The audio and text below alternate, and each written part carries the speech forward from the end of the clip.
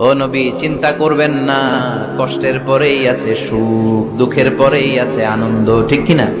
কষ্টের পরেই সুখ, সুখ এটা দুঃখের পরেই থাকে। আল্লাহ সেটআপ তো এভাবেই করেছেন। দুঃখ, কষ্ট, বিপদ আর পরীক্ষায় মুমিন ভয় পায় না, কারণ মুমিনের হারাবার কিছু নাই, ঠিক কিনা?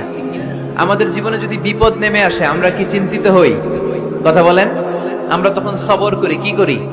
আর সবরে সওয়াব আছে না নাই? কারণ মুমিন জানে রাত যত গভীর হয়, অন্ধকার তমানিসা ভেদ করে সুবহে সাদিক হয়। মুমিন জানে গর্ভবতী নারীর পেটের যন্ত্রণা যত বাড়তে থাকে, নতুন মেহমান আগমনের সময় ঘনাতে থাকে, ঠিক কিনা? মুমিন জানে মুমিনের উপর বিপদ কষ্ট যত বাড়তে থাকে, সুখের সময় ঘনাতে থাকে, কাছে আসতে থাকে। চিল্লায় বলেন ঠিক কিনা? এজন্য আল্লাহ বললেন, ফাইন্না মাআল উসরি ইউসরান, ইন্না মাআল উসরি ইউসরা। ও নবী, চিন্তা করবেন না, পেরেশান হবেন না। মাক্কি জীবনে আপনার দুঃখ কষ্ট, কিন্তু কিছুদিন পরেই মাদানী জীবনে আপনার জীবনে সুখ নামিয়ে দিবে কে? আপনার জীবনে আনন্দের বন্যা বইয়ে দিবে কে? মোটিভেশনাল সূরা, পেইন রিলিভিং সূরা। আপনি বিপদে পড়লেই এই আয়াত নিয়ে চিন্তা করবেন যে বিপদের পরেই আনন্দ আছে, কষ্টের পরেই দুঃখ আছে। সমস্যা যেমনি আছে, সমস্যার সমাধানও। কথা বলেন, সমস্যা যদি থাকে ওইটার সমাধান আছে না নাই? Allah never creates a lock without its key. আল্লাহ এমন কোন তালা বানায় নাই যে তালার জন্য চাবি বানায় নাই, ঠিক কিনা? তালা যদি বানায়, ওই তালার কি আছে? সমস্যা যদি থাকে, ওইটার কি আছে? এজন্য কষ্টের পরে আনন্দ, দুঃখের পরে সুখ চিন্তা করার সুযোগ নাই। সবশেষ আল্লাহ গাইডলাইন দিলেন। প্রথম গাইডলাইন, ফাইদা ফারাগতা ফানসাব ওয়া ইলা রাব্বিকা ফারগাব। ফাইদা ফারাগতা ফানসাব।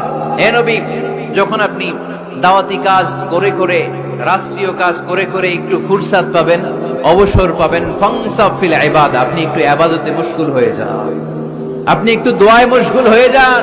ওয়া ইলা রাব্বিকা ফারগাব, আর আপনার রবের দিকে মনোনিবেশ করুন। ব্যথা যদি পান, কষ্ট যদি পান, আমারে বলেন, অন্যরে বলেন না।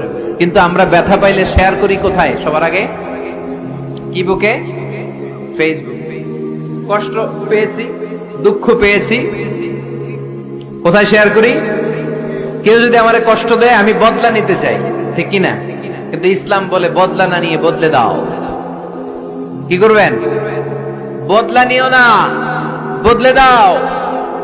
আল্লাহর কাছে বল, বন্ধুর কাছে বলার আগে, স্ত্রীর কাছে বলার আগে, ফেসবুকে শেয়ার করার আগে, কষ্টের কথা শেয়ার করব কার কাছে? বিশ্বনবী সাল্লাল্লাহু আলাইহি ওয়াসাল্লাম আমাদেরকে এটাই শিখিয়েছেন। এই শিক্ষার মধ্য দিয়ে গোটা বিশ্বকে তিনি চেঞ্জ করে দিয়েছেন। তার নাম আওয়াজ করে বলতে হবে, তার নাম মুহাম্মদ সাল্লাল্লাহু আলাইহি ওয়াসাল্লাম। এই সূরা থেকে আমাদের জন্য শিক্ষা হচ্ছে, আমরা বিপদে আপদে সব সময় ভরসা রাখবো একজনের উপর, তিনি কে? আর মনে রাখতে হবে, the grief isn't permanent, the struggle isn't permanent. এই পৃথিবীর কোন দুঃখ কষ্ট আর সমস্যা এটা পার্মানেন্ট নয়। সমস্যার পরে সমাধান আছে, দুঃখের পরে আনন্দ আছে।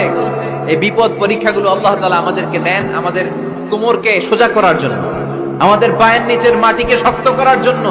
প্রতিকূল পরিবেশে কি করে টিকে থাকতে হয় সেটা ট্রেনিং হিসেবে এই পরীক্ষাগুলো আমাদের জীবনে দেয় কে? আর ফাইদা ফারাগতা ফানসাব, ফাইদা ফারাগতা ফানসাব। ও নবী, যখনই আপনি অবসর পাবেন, অবসর সময়টা আমরা কাজে লাগাবো। রাজি আছেন তো? আমরা অনেক সময় অবসরকে কাজে লাগাই না, কিন্তু যখন খুব বেশি ব্যস্ত হয়ে পড়ি, তখন আমাদের মাথায় আসে, হায় রে, অবসর যদি কাজে লাগাইতাম, অবসরে পরীক্ষার পরে 3 মাসে যদি পড়তাম, আজকে ইউনিভার্সিটিতে চান্স পাইতাম, ঠিক কিনা? এজন্য যুবক ছেলেরা, অবসর নষ্ট করা যাবে না, এগুলোর কাজে লাগাতে হবে। আর বিপদে আপদে সবসময় ভরসা রাখতে হবে একজনের উপর, তিনি কে?